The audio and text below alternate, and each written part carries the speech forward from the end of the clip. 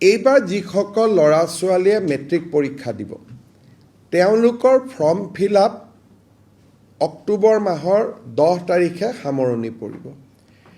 এইবাৰ form fill আপত আমি তেওঁলোকক অনুৰোধ কৰিছোঁ যাতে তেওঁলোকে বেংক একাউণ্ট নম্বৰটো দিয়ে আৰু কেবিনেটে আজি অনুমোদন কৰিছে যে 1 নৱেম্বৰৰ পৰা মেট্ৰিক শেষ নোহোৱা পৰ্যন্ত প্ৰত্যেকজন উচ্চতৰ HSLC মেট্ৰিক পৰীক্ষাৰ্থীক আমি প্ৰতি মাহত 300 টকাকৈ তেওঁলোকৰ বেংক একাউণ্টত দিম। এই টকাখিনি তেওঁলোকে বুকছ কিনিব পাৰিব, নোটবুকছ কিনিব পাৰিব, নিউট্ৰিচিয়াছ ফুড ল'ব পাৰিব।